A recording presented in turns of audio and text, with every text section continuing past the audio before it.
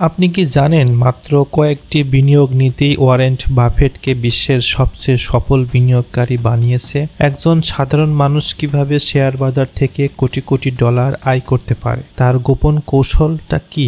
আজকের ভিডিওতে আমরা আপনাকে শেখাবো দ্য ওয়ারেন বাফেট ওয়ে বইটা থেকে গোপন কিছু কৌশল যা আপনার অর্থনৈতিক ভবিষ্যৎ সম্পূর্ণরূপে বদলে দিতে পারে। ওয়ারেন বাফেট একজনের নাম যার সঙ্গে যুক্ত বিনিয়োগ শব্দের অর্থই বদলে গেছে।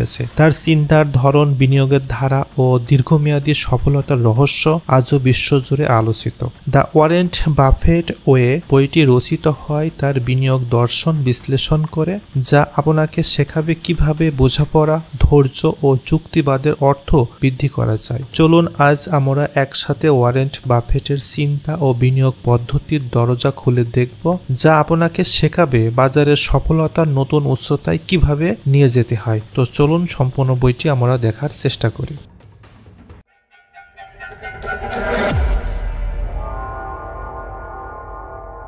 ইন্ট্রোডাকশন। বিশ্ববিখ্যাত বিনিয়োগকারী ও বিলিয়নিয়ার ওয়ারেন বাফেট কেবল একজন সফল বিনিয়োগকারী নন, বরং একজন দার্শনিক বিনিয়োগ নেতা। রবার্ট জি হ্যাস্ট্রম রচিত দ্য ওয়ারেন বাফেট ওয়ে বইটিতে তার বিনিয়োগ দর্শন, স্ট্র্যাটেজি এবং মানসিকতা বিশ্লেষণ করা হয়েছে, যা তাকে বিশ্বের অন্যতম ধনী ও সম্মানিত ব্যক্তিত্বে পরিণত করেছে। আজকের এই পডকাস্টটিতে আমরা অধ্যায়ভিত্তিকভাবে জানব ওয়ারেন বাফেট কিভাবে চিন্তা করতেন এবং কিভাবে সিদ্ধান্ত নিতেন এবং কেন তার বিনিয়োগ স্টাইল এতটা কার্যকর ছিল। Chapter 1, the world's greatest investor, অর্থাৎ বিশ্বের সেরা বিনিয়োগকারী। ওয়ারেন বাফেটের নাম শুনলেই আমাদের মনে হয় বিশ্বের সেরা বিনিয়োগকারী, কিন্তু কেন তিনি এত সফল, তার পেছনে কী কারণ? এই অধ্যায়ে লেখক রবার্ট জি হ্যাস্ট্রম সেই কারণগুলোই বিশ্লেষণ করেছেন। বিনিয়োগে ওয়ারেন বাফেটের দৃষ্টিভঙ্গি। ওয়ারেন বাফেট কেবল শেয়ারই কেনেন না, তিনি একটি সম্পূর্ণ ব্যবসা কেনেন। তার জন্য বাজারে টেম্পোরারি ওঠানামা বা শেয়ারের মূল্য ওঠানামা গুরুত্বপূর্ণ নয়। তিনি ব্যবসার মৌলিক শক্তি, ভবিষ্যৎ ও আয়ের ক্ষমতা এবং নেতৃত্বের গুণগত মান দেখেই বিনিয়োগ করার সিদ্ধান্ত নেন। অর্থাৎ বাফেটের জন্য শেয়ার হলো ব্যবসার অংশীদারিত্ব, আর তাই তিনি এমন ব্যবসা খুঁজেন যার ভিত্তিতে দৃঢ় হয় ভবিষ্যৎ নিশ্চিত। দীর্ঘমেয়াদী বিনিয়োগের প্রতি বিশ্বাস। ওয়ারেন বাফেট বিনিয়োগ দর্শনের একটি অন্যতম মূলমন্ত্র হলো ধৈর্য ধারণ করা। তিনি বিশ্বাস করতেন একটি ভালো ব্যবসা দীর্ঘমেয়াদী বিনিয়োগ করার সময়ের সাথে সাথে এক্সপোনেনশিয়াল বা বহুগুণ মাত্রিক বৃদ্ধি পায়। বাফেট বলেন, আমার প্রিয় হোল্ডিং পিরিয়ড হলো চিরকাল। অর্থাৎ বেঞ্জামিন গ্রাহাম শিক্ষক বা বেঞ্জামিন গ্রাহাম ভ্যালু ইনভেস্টিং এর মূলনীতি তার ভাবনার গভীরভাবে প্রভাব ফেলেছিলেন। তবে বাফেট সেই ধারণাকে আরও আধুনিকায়ন ও দক্ষতার সাথে ব্যবহার করেছেন। বেঞ্জামিন গ্রাহাম মূলত সস্তা শেয়ার কেনার পক্ষে থাকলেও বাফেট সেই সস্তার সঙ্গে মানসম্মত ব্যবসা এর সমন্বয় করেছিলেন। ব্যবসার মূল শক্তি ও প্রতিযোগিতামূলক সুবিধা, ইকোনমিক্যাল, যেটাকে মট বলা হয়। অর্থাৎ ওয়ারেন বাফেট যেই কোম্পানিতে বিনিয়োগ করতেন তা সাধারণত ইকোনমিক মট বা প্রতিযোগী প্রতিরক্ষা ব্যবস্থায় শক্তিশালী থাকত। অর্থাৎ এই সব কিছু সুবিধা ও প্রতিবন্ধকতা থেকে ব্যবসায়টি সুরক্ষিত রাখে, যেমন ব্র্যান্ড নেম ও গ্রাহকের সম্পর্ক। আরেকটি বিষয় আছে সরলতা ও বুদ্ধিমত্তার সমন্বয়। বাফেট জটিল আর্থিক তন্ত্র অর্থাৎ ট্রেডিং ট্রিক্সের পেছনে সময় ব্যয় করতেন না। তিনি সহজ ও বোধগম্য এবং যুক্তিসম্মত ব্যবসা খুঁজতেন। তার চিন্তার মূল মন্ত্রই ছিল নিজের কমফোর্ট জোনের বাইরে যেও না, বিশেষ করে ইনভেস্টের দিক থেকে। অধ্যায় 2, buying a business not a stock, অর্থাৎ শেয়ার নয় ব্যবসা কিনুন। ওয়ারেন বাফেট বিনিয়োগ দর্শনের একটি অন্যতম গুরুত্বপূর্ণ নীতি হলো শেয়ার নয় ব্যবসা কিনুন। অর্থাৎ কোন কোম্পানির শেয়ার কেনার সময় তাকে শুধুমাত্র একটি ছোট অংশই শেয়ার বাজারে দেখা উচিত নয়, বরং সেই কোম্পানির পুরো ব্যবসাকে নিজের হাতে একটা অংশ হিসেবে ভাবতে হবে। অনেক বিনিয়োগকারী বাজারে উত্থান পতন, দাম ওঠানামা, এই শেয়ার চার্টের ওঠানামা দেখে শুধুমাত্র শেয়ারের দাম নিয়েই সিদ্ধান্ত নেন।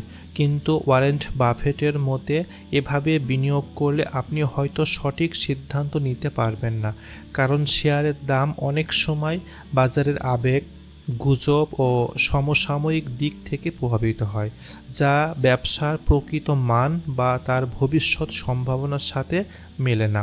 ওয়ারেন বাফেটের কিছু মূল মন্ত্র বা চিন্তাধারা। আপনি যখন একটি শেয়ার কেনেন তখন আপনি আসলে সেই কোম্পানির একজন অংশীদারিত্ব হয়ে যান। তাই আপনাকে বুঝতে হবে কোম্পানির ব্যবসা কেমন, আর আয় উৎপাদনের ধরন কী, পরিচালনা কেমন এবং ভবিষ্যতে তার বৃদ্ধির সম্ভাবনা কেমন ও কতটুকু। কিভাবে এই নীতি অনুসরণ করবেন? ব্যবসার মৌলিক বিষয় বিশ্লেষণ করুন, অর্থাৎ কোম্পানির পণ্য বা সেবার চাহিদা কি স্থায়ী, তা ব্যবসায়িক মডেল কতটা টেকসই, তা প্রবৃদ্ধি গতিবিধি কেমন। ম্যানেজমেন্ট দক্ষতা মূল্যায়ন করুন, অর্থাৎ কোম্পানির নেতৃত্বে বিশ্বাসযোগ্য এবং দক্ষ কি, এই জিনিসটা বিবেচনা করতে হবে। আর্থিক স্বাস্থ্য যাচাই করুন, অর্থাৎ কোম্পানির আয় ধারাবাহিক বা স্থিতিশীল কিনা, দেনা পাওনা অর্থাৎ ম্যানেজেবল কিনা, সে বিষয়টাও দেখতে হবে। প্রতিযোগিতামূলক সুবিধা বোঝার চেষ্টা করুন, কোম্পানি কি এমন কোনো ইকোনমিক্যাল মড অর্থাৎ ইকোনমিক মড বা প্রতিদ্বন্দ্বী থেকে তাকে রক্ষা করার বিশেষ ক্ষমতা আছে, যেমন ব্র্যান্ড ভ্যালু, ইউনিক প্রযুক্তি বা বড় বাজারের অংশীদারিত্ব। তিনি এখানে একটি চমৎকার উদাহরণ দিয়েছেন। ধরা যাক আপনি কোকাকোলার একটি শেয়ার কিনছেন। আপনার জন্য শুধু শেয়ারের দামই ওঠানামা নয়, বরং আপনার ভাবতে হবে কোকাকোলা কোম্পানি কিভাবে বিশ্বব্যাপী তাদের ব্র্যান্ড শক্তিশালী করছে, তাদের পণ্য চাহিদা কেমন, তাদের প্রতিযোগিতা থেকে তাদের অবস্থান কতটুকু দৃঢ়। ফলাফল যখন আপনি ব্যবসার পুরো চিত্র দেখতে শুরু করবেন, তখন বাজারের সমসাময়িক অর্থাৎ সাময়িক দোচালা বা অস্থিরতা বিভ্রান্ত হবেন না, বরং দীর্ঘমেয়াদী যে কোম্পানির ভালো কাজ করবে সেটার অংশীদার হিসেব থেকে আপনি একটা ভালো অংশ লাভবান হবেন। অর্থাৎ শেয়ার নয়, ব্যবসা কিনুন নীতিটি বাফেটকে শিখিয়েছেন সংক্ষিপ্ত মেয়াদী বাজারের চাঞ্চল্যকর বাইরে গিয়ে ব্যবসার প্রকৃত মূল্যায়ন করতে হয়। এজন্য তিনি ধৈর্য ধরার কথা বলতেন এবং তিনি ধৈর্য ধরে ভালো ব্যবসা খুঁজে বের করে দীর্ঘমেয়াদী বিনিয়োগ করতেন, যা তাকে অসাধারণ সফলতা এনে দিয়েছেন। চ্যাপ্টার 3, ম্যানেজারিয়াল টেনেটস অর্থাৎ ম্যানেজমেন্ট মূল্যায়নের নীতি। ওয়ারেন বাফেট বিনিয়োগ দর্শনের একটি অন্যতম গুরুত্বপূর্ণ মূলমন্ত্র হল ভালো ম্যানেজমেন্ট নির্বাচন করা, কারণ একটি কোম্পানির প্রকৃত মূল্য শুধু তার আর্থিক প্রতিবেদন কিংবা মার্কেট অবস্থানের উপরে নির্ভর করে না, বরং তার পেছনের নেতৃত্বর গুণগত মান ও চরিত্রের উপর নির্ভর করে। কেন ম্যানেজমেন্ট গুরুত্বপূর্ণ? কারণ যে কোনো ব্যবসার সাফল্য বা ব্যর্থতার মূল কারণ তার ম্যানেজাররা। তাদের নীতিমালা, সিদ্ধান্ত গ্রহণের ক্ষমতা, সততা এবং ব্যবসা দীর্ঘমেয়াদী টেকসই করে তোলার পরিকল্পনা কোম্পানির ভবিষ্যৎ নির্ধারিত হয়। অর্থাৎ ওয়ারেন বাফেট বিশ্বাস করেন সৎ ও দক্ষ ম্যানেজার থাকলে ব্যবসা যে কোনো পরিস্থিতিতেই টিকে থাকতে পারে এবং বিনিয়োগকারীদের জন্য ভালো রিটার্ন দিতে পারে। অন্যদিকে দুর্নীতিগ্রস্ত বা অলস ম্যানেজমেন্ট হলে আপনি যত বড়ই হন না কেন, আপনার কোম্পানি যত বড়ই হোক না কেন, তার ফল ভালো হবে না। অর্থাৎ ওয়ারেন বাফেট ম্যানেজমেন্ট সিস্টেমকে বা ম্যানেজমেন্ট মূল্যায়নকে তিনি 3টি প্রিন্সিপালের উপর দেখিয়েছেন। প্রিন্সিপাল নাম্বার 1, যুক্তিবাদী ও যুক্তিসঙ্গত সিদ্ধান্ত গ্রহণ অর্থাৎ রেশনালিটি। ম্যানেজারদের এমন হতে হবে তারা যেন আবেগের চাপে বা স্বল্পমেয়াদী ফায়দার জন্য অতিরঞ্জিত কোনো সিদ্ধান্ত না নেয়। তাদেরকে ব্যবসার দীর্ঘমেয়াদী প্রবৃদ্ধি মাথায় রেখে চিন্তা করতে হবে। ওয়ারেন বাফেট মনে করেন ম্যানেজারদের অবশ্যই বাস্তবসম্মত ও সংযমী ধৈর্যশীল হতে হবে। প্রিন্সিপাল নাম্বার 2, খোলামেলা ও সততা অর্থাৎ ক্যান্ডিডেটনেস, অর্থাৎ ম্যানেজাররা যেন বিনিয়োগকারীদের সামনে স্বচ্ছ ও খোলামেলা তথ্য তুলে ধরে। সমস্যার কথা লুকিয়ে রাখলে বা ভুল তথ্য দিলে দীর্ঘমেয়াদী শেয়ার হোল্ডাররা ক্ষতিগ্রস্ত হয়। বাফেট এমন ম্যানেজমেন্ট পছন্দ করেন যারা ভালো মন্দ সব তথ্য বিনিয়োগকারীদের সাথে সরাসরি সত্য মিথ্যা কঠিন যেটাই হোক সেটা সরাসরি শেয়ার করে। প্রিন্সিপাল নাম্বার 3, প্রতিষ্ঠানগত চাপের বিরুদ্ধে প্রতিরোধ, অর্থাৎ resistance to the institutional imperative. অনেক সময় বড় বড় প্রতিষ্ঠান ম্যানেজারদের উপর চাপ, বাইরের চাপ থেকে, যেমন বিনিয়োগকারীদের চাপ, মিডিয়া চাপ বা বাজার ট্রেন্ড অনুসরণ করার প্রবণতা। বাফেট বলেন ভালো ম্যানেজাররা এসব চাপের বিরুদ্ধে দাঁড়িয়ে ব্যবস্থার মূল নীতির প্রতি সত্য নিষ্ঠার সাথে কাজ করে যান। তারা নিজেদের প্রতিষ্ঠানকে দীর্ঘমেয়াদী সফল করার লক্ষ্য রাখেন, স্বল্পমেয়াদী লাভের জন্য বিকল্প পথ নেন না। তিনি এখানে একটি উদাহরণ দেখিয়েছেন, যেমন বাফেট বলেন কোকাকোলা বিনিয়োগের সময় তিনি কোম্পানির সিইও রবার্টো গজিটোরের নেতৃত্বের প্রতি বিশেষ সম্মান দেখিয়েছেন। গজিটো ছিলেন একজন সংযমী দূরদর্শী নেতা।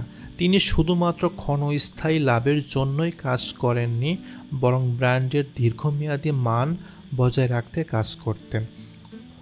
অন্যদিকে কিছু কোম্পানির ম্যানেজমেন্ট তৎপর হয় শুধুমাত্র স্বল্পমেয়াদী শেয়ার মূল্য বৃদ্ধির জন্য, যা শেষ পর্যন্ত কোম্পানির জন্য ক্ষতির কারণ হয়ে দাঁড়ায়। বাফেট এই ধরনের ম্যানেজমেন্টকে এড়িয়ে চলার উৎসাহ দিয়েছেন। অর্থাৎ ম্যানেজমেন্ট মূল্যায়ন বাফেটের বিনিয়োগ দর্শনের একটি গুরুত্বপূর্ণ অংশ। ভালো ম্যানেজাররা কোম্পানির ভবিষ্যৎ গড়েন। তারা যুক্তিবাদী, সততা সম্পন্ন ও দীর্ঘমেয়াদী পরিকল্পনার বিশ্বাসী। এমন নেতৃত্ব ছাড়া কোনো কোম্পানি প্রকৃত মূল্য ও স্থায়ী হওয়া কঠিন। সুতরাং বিনিয়োগের সময় শুধু সংখ্যার পেছনে না গিয়ে কোম্পানির পেছনের মানুষগুলোর মানসিকতা, দক্ষতার মূল্যায়ন করাটা বাফেটের ম্যানেজারিয়াল টেনেন্সের মূল বাক্য হিসাবে ধরা যায়। চ্যাপ্টার 4, ফাইন্যান্সিয়াল টেনেটস, অর্থাৎ আর্থিক বিশ্লেষণের কিছু নিয়ম। ওয়ারেন বাফেট একটি কোম্পানির প্রকৃত আর্থিক স্বাস্থ্য যাচাই করার জন্য নির্দিষ্ট কিছু আর্থিক নির্দেশনা ও মানদণ্ড ব্যবহার করতে বলেন। তিনি শুধু আয় বা বিক্রয়ের উপর নির্ভর করেন না, বরং খুঁজে দেখেন কমিউনিটির মুনাফা ধরে রাখার সক্ষমতা, ঋণ পরিস্থিতি এবং শেয়ার হোল্ডারদের জন্য কেমন আর্থিক মূল্য তৈরি করছে। তিনি এখানে কিছু প্রিন্সিপাল দেখানোর চেষ্টা করেছেন। আমরা প্রিন্সিপালগুলো দেখার চেষ্টা করব। তিনি মূলত এখানে 5টি প্রিন্সিপাল দেখিয়েছেন এই চ্যাপ্টারের সাব ক্যাটাগরি হিসাবে। যেমন প্রিন্সিপাল নাম্বার 1, ওনার আর্নিং, অর্থাৎ মূল মালিকানাধীন আয়। বাফেটের ভাষায় সবচেয়ে গুরুত্বপূর্ণ ম্যাট্রিক্স। তিনি বলেন reported earning do not reflect the real earning power of a company. অর্থাৎ তাই তিনি এমন একটি ম্যাট্রিক্স তৈরি করেন যেটা কোম্পানির আর্নিং সমান net income plus depreciation and automatization minus capital expenditure. এই আয় বোঝায় শেয়ার হোল্ডারদের জন্য প্রকৃত কত টাকার কোম্পানি হাতে রাখছে বা রাখতে পারছে, যা ভবিষ্যতে মুনাফা বন্টন বা ভবিষ্যতে ব্যবসার সম্প্রসারণ বা ঋণ পরিশোধে কাজে লাগাতে পারেন। তিনি এই টার্মটাকে একটি চমৎকার উদাহরণ দিয়ে দেখিয়েছেন বইটার ভিতরে। আমরা এখন দেখব এক্সাম্পলটা। ধরা যাক একটি কোম্পানির net income $1 million, depreciation $2 lakh আর ক্যাপিটাল এক্সপেন্ডিচার $3 লাখ। তাহলে owner earning equal $1 million plus $2 lakh minus $3 lakh equal to $9 lakh, অর্থাৎ $9 লক্ষ। এটি বলা যে কোম্পানি প্রতি বছর $9 লক্ষ প্রকৃত অর্থ উৎপাদন করছে। Principal number 2, return on equity, অর্থাৎ শেয়ার হোল্ডারদের বিনিয়োগের রিটার্ন। বাফেটের জন্য একটি ব্যতিক্রমধর্মী মানদণ্ড। তিনি ROE অর্থাৎ রিটার্ন অন ইকুইটির একটি কোম্পানি তার শেয়ার হোল্ডারদের দেওয়া মূলধন থেকে কতটা লাভ তুলতে পারছে সেটি দেখানো হয়, যেটাকে সংক্ষেপে ROE বলা হয়, অর্থাৎ return on equity. Return on equity equal net income by share holder equity. উদাহরণ যেমন, যদি একটি কোম্পানির রিটার্ন অফ ইকুইটি ROE হয় 25% এবং অন্যটি 10%, তবে বাফেট প্রথম কোম্পানিটিকে বেছে নেন, কারণ এটির মূলধন আরও ভালোভাবে ব্যবহার করছে। তিনি এমন একটি কোম্পানি পছন্দ করছেন যাদের ROE রিটার্ন অফ ইকুইটি ধারাবাহিকভাবে 15%-এর উপরে থাকে। প্রিন্সিপাল নাম্বার 3, প্রফিট মার্জিন, অর্থাৎ মুনাফার পরিমাণ প্রতি ইউনিটে বিক্রয়ের কত পার্সেন্ট আছে। অর্থাৎ প্রফিট মার্জিন দেখা একটি কোম্পানির বিক্রিত প্রতিটি ইউনিট কতটা লাভ করছে, অর্থাৎ profit margin equal net income divided revenue. উচ্চ প্রফিট মার্জিন মানে কোম্পানির প্রতিযোগিতামূলক সুবিধা বা মড শক্তিশালী, যেমন কোকাকোলা, অ্যাপেল, মাইক্রোসফট ইত্যাদি। Principal number 4, debt to equity ratio, ঋণের ভারসাম্য। ওয়ারেন বাফেট বলে ঋণভিত্তিক কোম্পানি তিনি পছন্দ করতেন না, তিনি এটা থেকে এড়িয়ে চলার চেষ্টা করতেন। তিনি বলেন ঋণ একটি কোম্পানির ঝুঁকিপূর্ণ করে তোলে, বিশেষ করে ইকোনমিক্যাল ডেপ্রিসিয়েশনের সময়, অর্থনৈতিক মন্দার সময়। অর্থাৎ debt to equity equal total liabilities divided share holders equity. অর্থাৎ নিম্ন ডেট টু ইকুইটির রেশিও মানে হলো কোম্পানি নিজের মূলধনের উপর নির্ভরশীল, যা নিরাপদ এবং টেকসই। আর সর্বশেষ প্রিন্সিপাল 5, কনসিস্টেন্সি অফ আর্নিং, আয়ের ধারাবাহিকতা আছে কিনা। ওয়ারেন বাফেট বলেন I look for business I can understand and earning I can't predict. তিনি মনে করেন কোম্পানির পছন্দ করেন, অর্থাৎ তিনি এমন একটি কোম্পানি পছন্দ করেন যাদের আয় প্রতি বছর ধীরে ধীরে বাড়ছে। হঠাৎ বেড়ে যাওয়া বা হঠাৎ পড়ে যাওয়া আয় তার জন্য বিশেষ করে সতর্কবার্তা। যেমন কোকাকোলা, জনসন, ডাব, জিলেট, এইসব কোম্পানি বহু বছর ধরে ধারাবাহিকভাবে মুনাফা করছে। চ্যাপ্টার 5, মূল্য নির্ধারণের নীতি, অর্থাৎ ভ্যালু টেনেটস। মূল্য নির্ধারণ নীতি অধ্যায় লেখক রবার্ট জি হ্যাস্ট্রম তিনি দেখিয়েছেন কেবল একটি ভালো কোম্পানি চিহ্নিত করাই যথেষ্ট নয়, সেই কোম্পানি কি সঠিক দামে বিক্রি হচ্ছে সেটা বোঝারও বিনিয়োগকারীদের জন্য অত্যন্ত গুরুত্বপূর্ণ। ওয়ারেন বাফেট বারবার বলে থাকেন price is what you pay, value is what you get. অর্থাৎ আপনি যেই দামে শেয়ার কিনছেন তা প্রকৃত মূল্য, ইন্ট্রিনসিক ভ্যালু এর তুলনায় কতটা কম, সেটি বিনিয়োগের লাভের আসল উৎস রহস্য। এই অধ্যায়ে ওয়ারেন বাফেটের মূল্য নির্ধারণের কৌশলের মূল ভিত্তি হিসেবে উঠে আসে ইন্ট্রিনসিক ভ্যালু, অর্থাৎ গোপন অন্তর্নিহিত মূল ধারণা। ওয়ারেন বাফেট বিশ্বাস করেন প্রতিটি ব্যবসায়ের ভবিষ্যৎ আয়, অর্থাৎ ফিউচার ক্যাশ ফ্লো আছে এবং সেই ভবিষ্যৎ আয়ের বর্তমানটা একটা নির্দিষ্ট হারে ডিসকাউন্ট করলে পাওয়া যায় তার প্রকৃত মূল্য। এই প্রক্রিয়াকে বলা হয় discounted cash flow analysis.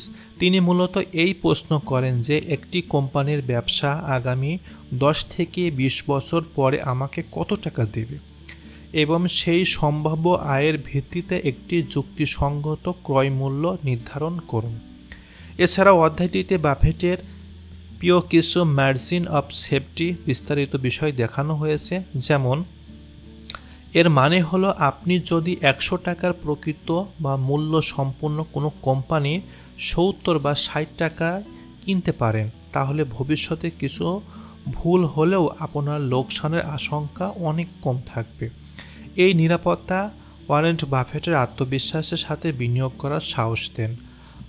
Buffet কখনোই ট্রেন্ড, মার্কেট নিউজ বা অন্যদের মতামতের ভিত্তিতে দাম নির্ধারণ করেন না। তিনি শেয়ারের দাম নয়, ব্যবসার প্রকৃত মূল্য হিসাব করেন। তিনি যে কোনো কোম্পানির বিনিয়োগ করার আগে তাৎক্ষণিক লাভ নয়, বরং দীর্ঘমেয়াদী সম্ভাবনা ও মূল্যায়ন যাচাই করেন। এই চ্যাপ্টারটির অন্যতম গুরুত্বপূর্ণ যে বিষয়টি সেটি হলো মার্কেটের মূল্য সবসময় প্রকৃত মূল্যকে প্রতিফলিত করে না। বাজারের ভয়, লোভ ও গুজব ও আবেগ দ্বারা পরিচালিত হয়, কিন্তু একজন চূড়ান্ত ভ্যালু ইনভেস্টর এইসব আবেগী ফ্লোয়ের সঙ্গে বা বাইরে থেকে তিনি সেটাকে বিশ্লেষণ বা সিদ্ধান্ত নিয়েই এগিয়ে যায়। এটাই হচ্ছে ওয়ারেন বাফেটের সবচেয়ে গুরুত্বপূর্ণ ও তার বিনিয়োগ দর্শনের মেরুদণ্ড বলা হয়। Chapter 6, the psychology of investing, অর্থাৎ বিনিয়োগের মানসিকতার গুরুত্ব। এই অধ্যায়ে লেখক রবার্ট জি হ্যাস্ট্রম তিনি বিশ্লেষণ করে দেখিয়েছেন যে কেন বিনিয়োগের মানসিক দৃঢ়তা ও আত্মনিয়ন্ত্রণ সবচেয়ে বড় চ্যালেঞ্জ।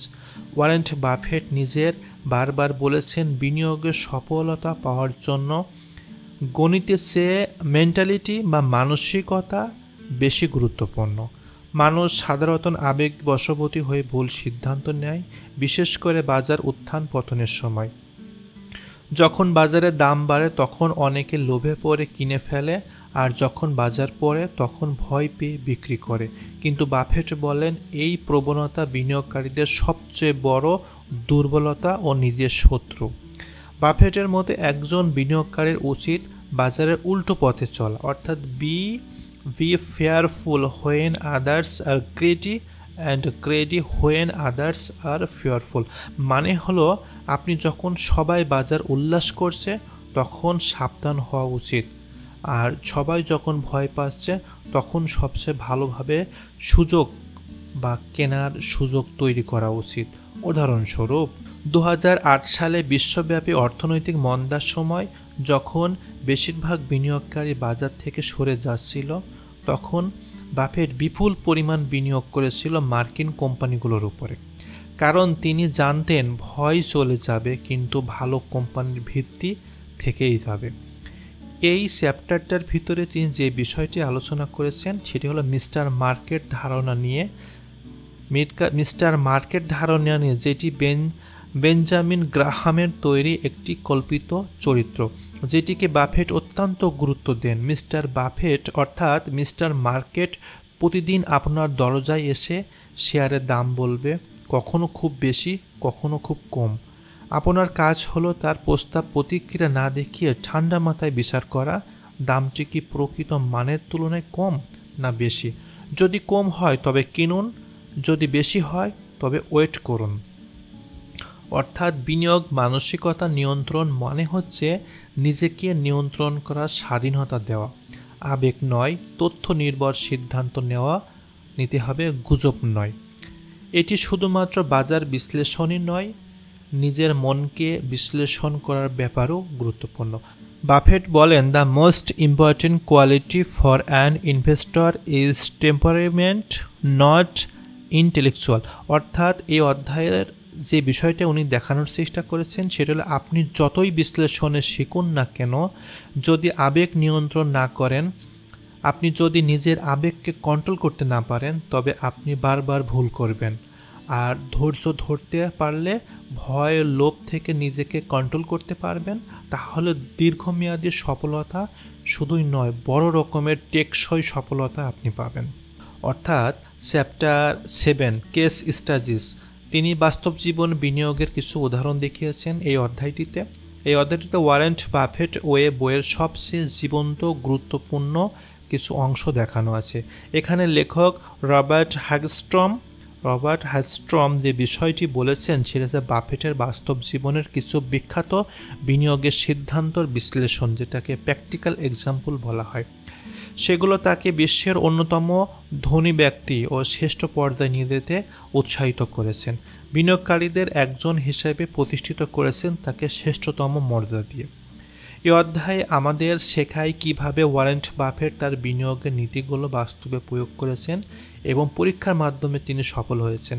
যেমন কোকাকোলা 1988 সালে বাজার একটা বড় ধসের পর যখন অনেকে ভয় ও বিভ্রান্তি ভুগছিল, তখন বাফেট বিশ্লেষণ করে দেখেন যে Coca Cola global brand value, global তার রেপুটেশন আছে এবং ক্রমাগত চাহিদা আছে এবং শক্তিশালী ও দীর্ঘস্থায়ী ব্যবসা হিসাবে সে প্রতিষ্ঠান লাভ করেছে। তিনি বিশ্বাস করতেন মানুষ সবসময় পানীয় গ্রহণ করবে এবং কোক হচ্ছে তার শীর্ষ পছন্দ। তাই এই কারণে তিনি কোকাকোলার স্টকে 1 বিলিয়নেরও বেশি বিনিয়োগ করেন, যা সময়ের সাথে বহুগুণ লাভে পরিণত হয়। পরবর্তী তিনি আরেকটি কেস স্টাডি দেখিয়েছেন, যেমন আমেরিকান এক্সপ্রেস। 60-এর দশকের এই কোম্পানির একটা স্কটল্যান্ড কবলে, অর্থাৎ তিনি সেটা স্ক্যান্ডালের কবলে পড়ে যান, অর্থাৎ এর ফলে শেয়ারের দাম নাটকীয়ভাবে পড়ে যায় এবং বেশিরভাগ বিনিয়োগকারী তখন আতঙ্কিত হয়ে স্টক সেল করে দেন। কিন্তু বাফেট ভিন্নভাবে চিন্তা করেন।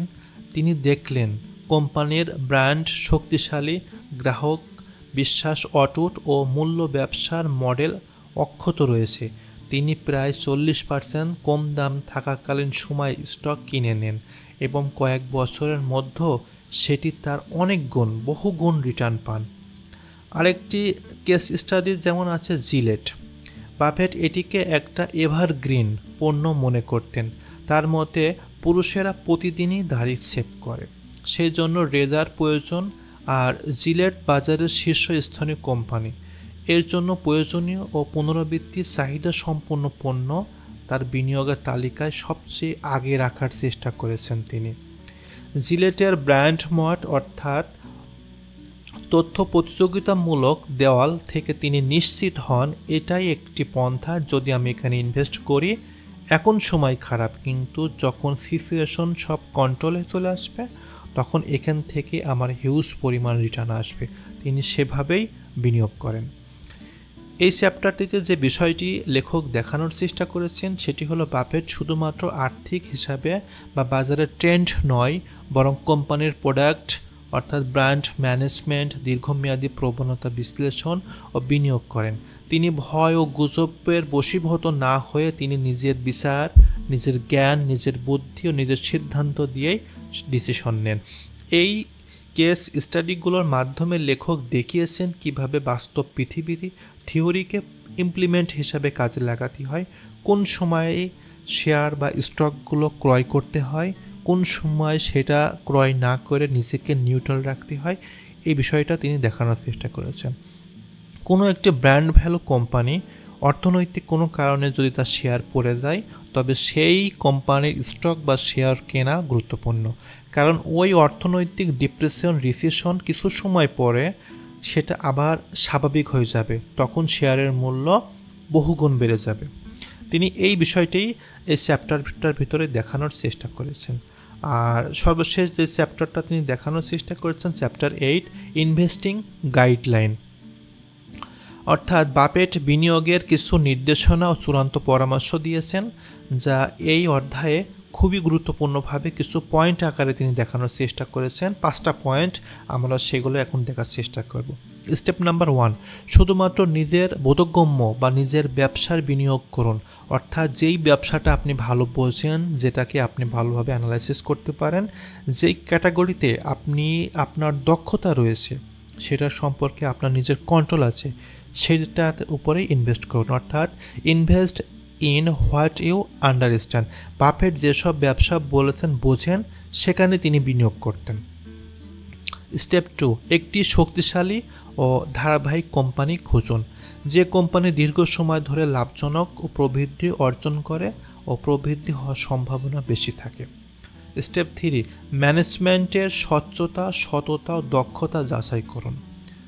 শুধু প্রোডাক্ট নয়, কে পরিচালনা করছে সেই বিষয়টাও দেখা উচিত। স্টেপ নাম্বার 4, কোম্পানির প্রকৃত মূল্য নির্ধারণ করুন ও নিরাপদ দামে সেটা কেনার চেষ্টা করুন। অর্থাৎ মার্জিন অফ সেফটি বাফেট বিনিয়োগের দর্শনের একটি প্রধান স্তম্ভ বলা যায়। সর্বশেষ স্টেপ নাম্বার 5, ধৈর্য ধরে কমপক্ষে 5 থেকে 10 বছরের জন্য ইনভেস্ট করুন। বাজারে অস্থিরতা থেকে ভয় না পেয়ে লম্বা সময়ের জন্য বিনিয়োগ করলে আপনার যদি সব প্রিন্সিপালগুলো মেনটেন করে করতে পারেন, তাহলে নিশ্চিত ভালো পরিমাণ রিটার্ন পাওয়া সম্ভব। অর্থাৎ এই চ্যাপ্টারটির ভিতরে যে বিষয়টি দেখানোর চেষ্টা করেছে পাঁচটা স্টেপ যদি আপনি দেখে ইনভেস্ট করতে পারেন, ভ্যালু ইনভেস্টর হিসেবে নিজেকে প্রতিষ্ঠিত করতে পারবেন। ও সর্বশেষ ওয়ারেন বাফেট ওয়ে, এই বইটির যদি আমরা কনক্লুশন দেখার চেষ্টা করি, ওয়ারেন বাফেট বিনিয়োগ দর্শন শুধু একটি অর্থ উপার্জনের কৌশল নয়, এটি একটি পরিশীল জীবন দর্শন ও সাস্টেনেবল আর্নিংয়ের একটা ওয়ে। তিনি এখানে 3টি পয়েন্ট দেখানোর চেষ্টা করেছেন। যেমন প্রথমত, বাফেটের মূল নীতি হচ্ছে সরলতা ও যুক্তি নির্ভর মাধ্যমে বিনিয়োগ করা। তিনি কখনোই জটিলতা বা বাজার ট্রেন্ডের পেছনে ছোটেন না। ভালো মানের কোম্পানির চিহ্নিত করায় লং টার্ম বিনিয়োগ করার প্রধান কারণ। দ্বিতীয়ত, আবেগ নিয়ন্ত্রণ রাখার গুরুত্ব। তিনি বারবার বলেছেন, বাজার যখন ভয় আর লোভ অস্থির থাকে তখন নিজেকে কন্ট্রোল করে ধৈর্য ধরে ও ঠিক সেইভাবে বিনিয়োগ করা উচিত। ও সর্বশেষ নাম্বার 3, বাফেট বলেন শেয়ার মানে ব্যবসার অংশ কেনা, তাই বিনিয়োগের নৈতিকতা ও সততা বজায় রেখে সেই বিষয়ে আগাতে হবে। আর সর্বশেষ এই অধ্যায়ে আমরা যে বিষয়টা শিখতে পারি বা এই চ্যাপ্টারে উপসংহার কনক্লুশন যে বিষয়টা বলতে পারি, দীর্ঘমেয়াদী চিন্তা, আত্মনিয়ন্ত্রণ ও মূল্যর উপর ফোকাস থাকলে বিনিয়োগ সফলতা অবশ্যই আসবে। তো সর্বশেষ আজকের এই ভিডিওতে আপনার জন্য যে বিষয়টি দেখানোর আমরা চেষ্টা করলাম তা হচ্ছে ওয়ারেন বাফেট ওয়ে বইটার একটা step by step, chapter by চ্যাপ্টারই অ্যানালাইসিস। অর্থাৎ যারা স্বপ্ন দেখেন, কঠোর পরিশ্রম করবেন, জীবনের সফলতার নতুন দিগন্ত স্পর্শ করবেন, ওয়ারেন বাফেটের মতো চিন্তা ভাবনা গ্রহণ করবেন, আপনারও অর্থনৈতিক স্বাধীনতার পথে অগ্রসর হতে পারবেন। আপনারা যদি আজকের এই পডকাস্টটি থেকে কিছু শিখে থাকেন তবে অবশ্যই সেটা আমাদের কমেন্টসে জানাবেন কোন পয়েন্টসটি ভালো লেগেছে, এবং আমাদের চ্যানেলটাকে পাশেই থাকেন। আপনার মূল্যবান মন্তব্য আমাদের কমেন্টসে অবশ্যই জানাবেন এবং চ্যানেলটাকে সাবস্ক্রাইব করে রাখবেন। এমন নিত্য প্রয়োজনীয় ও শেয়ার মার্কেট, বিভিন্ন ক্যাটাগরিতে ইনভেস্টিং, স্টক মার্কেট ইনভেস্টিং করা যায়, ফিজিক্যালি স্টক মার্কেট, প্র্যাকটিক্যালি সব কিছু রিলেটেড আমাদের ভিতরে চ্যানেলটার ভিতরে থাকবে।